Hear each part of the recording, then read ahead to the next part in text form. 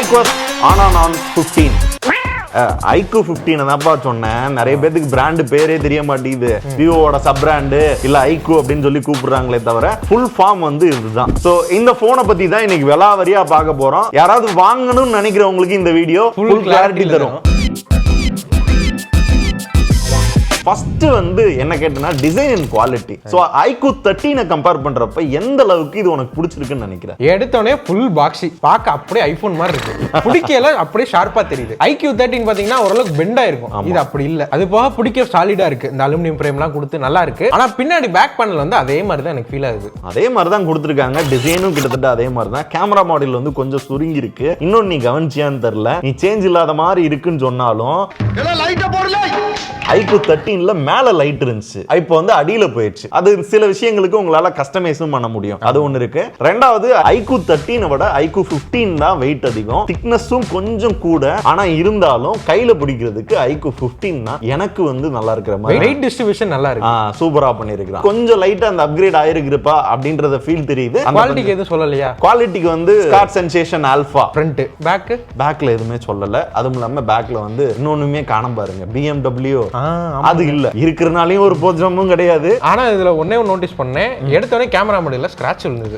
ஒரே வந்து ஐக்யூ 13லயும் நடந்தது, ஐக்யூ 15லயும் நடந்தது. சோ அந்த லேயருக்கு வேற ஏதாவது இன்னும் பெட்டர் ப்ரொடெக்ஷன் கொடுத்தாங்க அப்படின்னா இன்னும் கொஞ்சம் நல்லா இருக்கும். இந்த வட்டம் ரெண்டு கலர்ல தான் வரப்போகுது அப்படின்றாங்க. சோ குவாலிட்டி அண்ட் டிசைனுக்கு ஸ்டார் ரேட்டிங்கா கொடுக்கறேன்னா எவ்வளவு கொடுப்பீங்க? ஒரு 3.7. நானா இருந்தா ஒரு 4 கொடுப்பேன். அடுத்து இந்த போன்ல ரெண்டு விஷயம் ரொம்ப ப்ராமிசிங்கா பண்ணிருந்தாங்க. அது என்னன்னு சொல்றதுக்கு முன்னாடி சப்ஸ்கிரைப் பண்ணிக்கோங்க.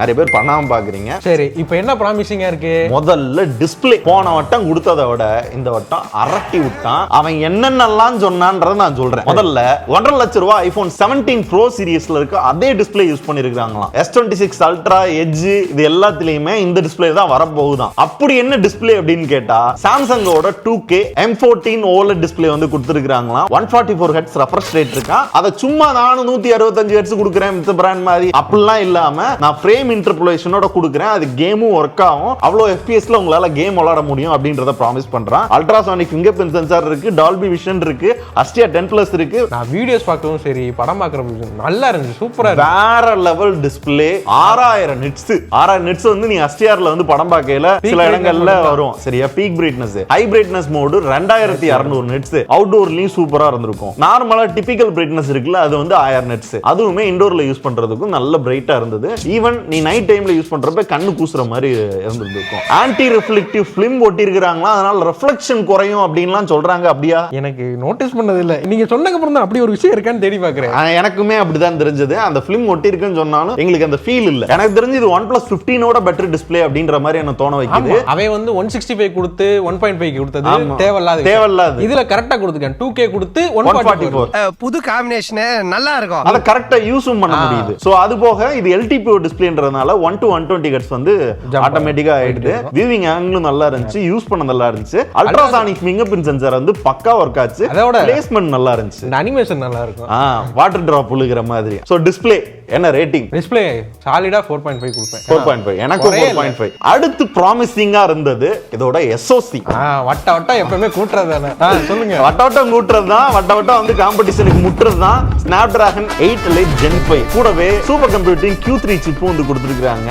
Antutu என்னால இதுல போட முடிஞ்சது. எல்லாரும் என்ன சொல்றாங்க அப்படின்னா 4 மில்லியன் ஸ்கோர் வருது அப்படின்றாங்க. நாங்களும் 2-3 தடவை போட்டு பார்த்துட்டோம். 3.2 இல்ல 3.3 மில்லியனுக்கு மேல வந்து ஸ்கோர் போவே இல்ல. சோ அட்லீஸ்ட் வந்து 3.8 மில்லியன் ஆவது வந்துருந்துச்சு அப்படின்னா கொஞ்சம் சந்தோஷமா இருந்திருக்கும். சோ ஓரளவு ஹை ஸ்கோர் தான் இல்லைன்னு சொல்லல. ஏங்க OnePlus 15ல இதே Gen 5 கொடுத்து பெஞ்ச் மார்க்கே போட முடியாம தெர்மல்ல அப்படி திணறுச்சு. அதுக்கு இது எவ்வளவோ பரவாயில்ல. முக்கியமா வந்து கேமிங்லயும் ஹீட் எனக்கு தெரியல. அதை விட இந்த Q3 சிப் என்ன பண்ணுதுன்னா 144 ஹெர்ட்ஸ்க்கு வந்து புஷ் பண்ணுது. ஆமா, ஃப்ரேம் இன்டர்போலேஷன். ஃப்ரேம் இன்டர்போலேஷன் இருக்கு, சூப்பர் ரெசல்யூஷன் இருக்கு. ரெண்டும் இருக்கறனால 144 ஹெர்ட்ஸ்க்கு வந்து கொடுக்குது. இது நாட் only BGMI COD அப்படினு இல்லாம நிறைய கேம்ஸ்க்கு வந்து உங்க சப்போர்ட் கொடுக்குறாங்க. அதுவும் இல்லாம அந்த Q3 சிப்பே பாத்தீங்க அப்படின்னா கேமிங் மோடுக்கு தனியா ஃபீச்சர்ஸ் கொடுத்து இன்ஜின் தனியா வச்சிருக்காங்க. அதுல வச்சு தனித்தனியா நம்ம ஆக்சஸ் பண்றோம். ஆமா, AI ஸ்போர்ட்ஸ் இன்ஜின் அப்படின்னு ஒன்னு கொடுத்து லைவ் ஸ்ட்ரீம் பண்ணுவாங்கல்ல, அதுக்கு ஒரு AI அசிஸ்ட் வந்து கொடுத்திருக்காங்க. சோ யாராவது லைவ் ஸ்ட்ரீம் பண்ற கிரியேட்டர்ஸ் இருந்தீங்கன்னா எனக்கு மெசேஜ் பண்ணுங்கப்பா, நம்ம வந்து ஒரு கொலாப் பண்ணலாம். இதுக்கு முக்கியமான ஒரு ரீசன் என்ன அப்படின்னா ப்ராமிசிங்கா இந்தியாலே லார்ஜஸ்ட் வேப்பர் சாம்பர் கூலிங்கா 8000 millimetre single லேயர்ல vapour sambar cooling வந்து கொடுத்துருக்கான். ஸோ ஹீட் ஆக வாய்ப்பே இல்லைன்னாங்க. நாங்களும் டெஸ்ட் பண்ண வர பாத்தீங்க அப்படின்னா ஒரு 40-42 தொடுறதே பாத்தீங்கன்னா ரொம்ப அதிகமாக தான் இருந்துச்சு. ரொம்ப ரேர். நார்மல் யூஸ் எல்லாம் பெருசா ஹீட்டே தெரியல. ரொம்ப ஹெவி கேம்ஸ் விளையாட மட்டும் தான் அந்த ஹீட் வந்து தெரிஞ்சுது. இந்தியாலே ஃபர்ஸ்ட் டைம் வந்து டூயல் ஆக்சிஸ் மோட்டர் வந்து ஸ்மார்ட் போன்ல கொண்டு வந்திருக்காங்களா.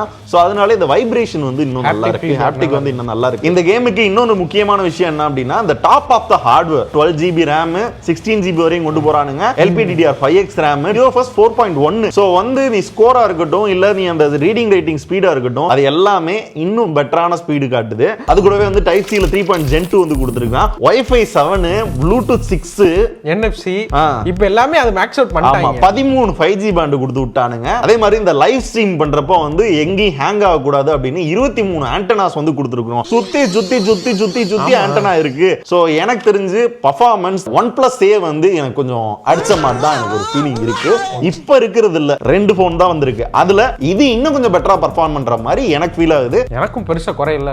நானா ஸ்ட்ரைட் ஆஃப் 4.7 கொடுத்துருவேன். எனக்கு ஒரு 4.5. அடுத்து வந்து battery 4th generation silicon anode battery வந்து யூஸ் பண்ணிருக்காங்களாமா. சோ அது கூட போன வட்டம் 120 வாட்ஸ் இருந்துச்சுல, ஆனா 100 வாட்ஸ் தான் கொடுத்திருக்காங்க. பட் இதுல அட்வான்டேஜ் என்ன அப்படின்னா first time ever 40 watts wireless charger வந்து சப்போர்ட்டிங் இருக்கு. ஆனா சார்ஜர் லான்ச் பண்றாங்களா இல்லையான்றது தெரியல. ஆனா IQ சீரிஸ்ல வயர்லெஸ் சார்ஜிங் கொண்டு வந்துட்டாங்க. ஃபர்ஸ்ட் டைம் கொண்டு வந்திருக்காங்க. 1 hour சார்ஜ் போட்டோம் அப்படின்னா நீ இன்டென்ஸா யூஸ் பண்ணா கூட 1.5 நாள் பேட்டரி வருது. என்ன சொல்ல IQ 13ஓட வே பெட்டரா தான் கொண்டு வந்திருக்காங்க அப்படின்னு சொல்லணும். அப்படின்றப்ப ஆப்டிமைஸ் பண்ணது இப்ப நல்லா பண்ணிருக்காங்க. ஏன்னா Origin OS 6 FunTouch OS வந்து தலை முழுகிட்டு Origin OS 6 எப்ப வந்தாங்களோ அப்பவே வந்து நீங்க திருந்திட்டாங்கன்னு சொல்லலாம். Origin OS 6 பத்தி சொல்லணும் அப்படின்னா கிட்டத்தட்ட கலர் OS மாதிரியே தான் இருந்தது நிறைய இடங்கள்ல. Origin OS பத்தி தனியா ஒரு வீடியோ போட்டிருக்கோம். என்னென்ன ஃபீச்சர்ஸ் இருக்கு, எப்படி எல்லாம் கஸ்டமைஸ் பண்ணலாம், அதுல என்னென்ன வித்தியாசமான AI ஃபீச்சர்ஸ் இருந்துச்சு அப்படின்ற எல்லாமே பண்ணிருக்கோம். டிஸ்கிரிப்ஷன்ல வேணா லிங்க் கொடுக்குறோம், இங்கேயும் கொடுக்குறேன் பாருங்க. இப்போதைக்கு சிம்பிளா சொல்லணும் அப்படின்னா out of the box Android 16ஓட Origin OS 6 வருது. 5 வருஷம் OS அப்டேட்டும் 7 வருஷம் செக்யூரிட்டி பேட்ச் கொடுக்குறோம். வரிசையா வந்து எந்தெந்த போனுக்கு அப்டேட்ஸ் வருது அப்படின்ற இந்த லிஸ்டையும் வேணா போடுறோம். பாத்துக்கங்க எப்பப்போ உங்க போனுக்கு வருதுன்றதையும் தெரிஞ்சுக்கங்க. பேட்டரி ஸ்கோர் சொல்ல பேட்டரிக்கு எனக்கு தெரிஞ்சு ஒரு 4.2 OSக்கு நான் வந்து 3.7 வந்துருக்கேன். 3.7 நான் 4 கொடுக்கலாம். ஏன்னா எனக்கு FunTouch போனதே எனக்கு பெரிய வந்து ரிலீஃபா இருக்கு. கடைசி கேமரா மூணுமே 50 மெகாபிக்சல். அதுல மெயின் வந்து சோனி சென்சார். ரெண்டாவது பாத்தீங்க அப்படின்னா வைட் ஆங்கிள், மூணாவது பெரிஸ்கோபிக். செல்ஃபிக்கு வந்து 32 கொடுத்திருக்காங்க. எப்படி இருந்துச்சு? போட்டோஸ் வந்து எனக்கு அந்த அளவுக்கு சாட்டிஸ்ஃபைட் ஆகல. ஏன்னா நான் போட்டோ எடுத்தேனா லைட்டா ஸ்மூத்தனிங் பண்ற மாதிரி இருக்கு. ஸ்மூத்தனிங் பண்ற மாதிரி இருக்கு. இன்னும் கொஞ்சம் அந்த சேச்சுரேஷன் வந்து நல்லா ஏத்தி காட்டுற மாதிரி ஒரு ஃபீலிங் இருக்கு. ஒரு ஆரஞ்சிஷா காட்டுற மாதிரி ஒரு ஃபீல் இருக்கு. அது வந்து எப்படின்னா ஒரு பெயிண்டிங் எஃபெக்ட் கொடுக்குது. நான் இப்போ ஒரு போட்டோ எல்லாம் பார்த்தேன், என் ஹேர் ஃபுல்லாமே எப்படின்னா ஒரு பெயிண்டிங் அடிச்ச மாதிரி இருக்கு. நான் ஒரு போட்டோ பார்த்தேன், ராகவி போட்டோ பார்த்தேன், ஆரஞ்சா இருக்கு. மானரா அந்த பிள்ளை எப்படி என்ன இவ்வளவு வந்து கலரா காட்டுதேடா என்னடா அது அப்படின்னு பார்த்தா அந்த விவோவோட அல்காரிதத்தை தூக்கி இங்க வச்சிருக்காங்க அப்படின்றது பட்டுச்சு. செல்ஃபி நல்லா இருந்துச்சு. செல்ஃபி நல்லா இருந்துச்சு. கிளாரிட்டி எல்லாத்துலயும் இருக்கு. ஆனா மீனோட கலர் வந்து கொஞ்சம் ஒரு மாதிரி டிஸ்டர்ப் பண்ற மாதிரி இருக்கு. வீடியோஸ்லயுமே ஸ்டெபிலிட்டி நல்லா இருந்துச்சு. எனக்கு வந்து 4K 60 fps ல வந்து ஸ்டேபிளா இருந்துச்சு. 8K போகையில வந்து எப்படி இருந்துச்சுன்றதை நீங்களே பாத்துக்கங்க. ஹலோ, இப்போ நம்ம ஷூட் பண்ணிட்டு இருக்கிறது IQ 15ஓட செல்ஃபி கேமரா 4K 60ல வந்து ஷூட் பண்ணிட்டு இருக்கோம். ஸோ குவாலிட்டி எப்படி இருக்கு அப்படின்றத நீங்களே பாருங்க. ரொம்ப வந்து சூப்பர் கேமரா அப்படின்லாம் சொல்ல முடியாது.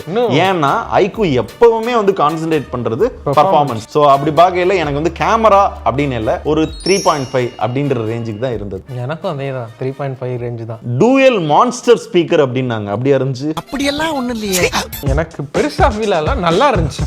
நல்லா இருந்துச்சு. அண்ட் ஃபைனலா வந்து ஷேர் வேல்யூ கம்மியா இருக்கு. காலுக்கு வந்து ஓன் டைலர் கொடுத்திருக்காங்க. கால் குவாலிட்டியும் குட்டா தான் இருந்தது. சோ எந்த நெட்வொர்க் பஞ்சாயத்து இல்ல. OnePlusல வந்து அந்த நெட்வொர்க் பஞ்சாயத்து அது இதுன்னு இருந்துச்சுல, அந்த பஞ்சாயத்துகளும் பெருசா கிடையாது. சோ ஓவரால் ஒரு பக்காவான ஆல்ரவுண்டர் அப்படின்ற மாதிரி ட்ரை பண்ணிருக்காங்க அப்படின்னு தோணுது கேமரா தவிர. பட் ஓகே, பிரைஸ் குறையுது அப்படின்றப்போ வந்து 1-2 விஷயங்கள்ல வந்து காம்ப்ரமைஸ் பண்றதுல நம்ம வந்து தப்பு கிடையாது. இத்தனைக்கு சர்வீஸ் சென்டர் முக்கியமா வேற யாருக்கும் இந்த அளவுக்கு ஆக்சஸ் கிடையாது. விவோட சர்வீஸ் சென்டரே அவங்க வந்து யூஸ் பண்ணிக்கிற முடியும். கடைசியா வெலன் வரையில எப்பயும் போல எம்பர்களை ஷூட் பண்ணிக்கிட்டு இருக்கோம். இன்னைக்கு நாங்க ஷூட் பண்ணிக்கிட்டு இருக்க டேட் வந்து நவம்பர் 22. பட் இந்த போன் வந்து எங்க கைக்கு கிடைச்சு ஒரு 20-25 நாள் ஆச்சு. நாங்க நிறைய ஷார்ட்ஸ், வீடியோஸ், டெஸ்டிங் எல்லாமே முடிச்சிட்டு கடைசியா வந்து ரிவ்யூ பண்ணலாம் அப்படின்னு உட்கார்றோம். என்ன பிரைசிங் தெரியல, ஆக்சுவல் பிரைஸ் என்ன அப்படின்றத வந்து இங்க போடுறோம் பாருங்க. அதுக்கேத்தாப்புல ஒர்த்தா இல்லையான்றத வந்து கமெண்ட்ல நம்ம நிறைய பேசுவோம். சோ இருந்தாலும் இந்த குறை நிறைகளை பேஸ் பண்ணி இந்த போனை வாங்கலாமா வேணாமான்றத நீங்க தான் முடிவு பண்ணணும்.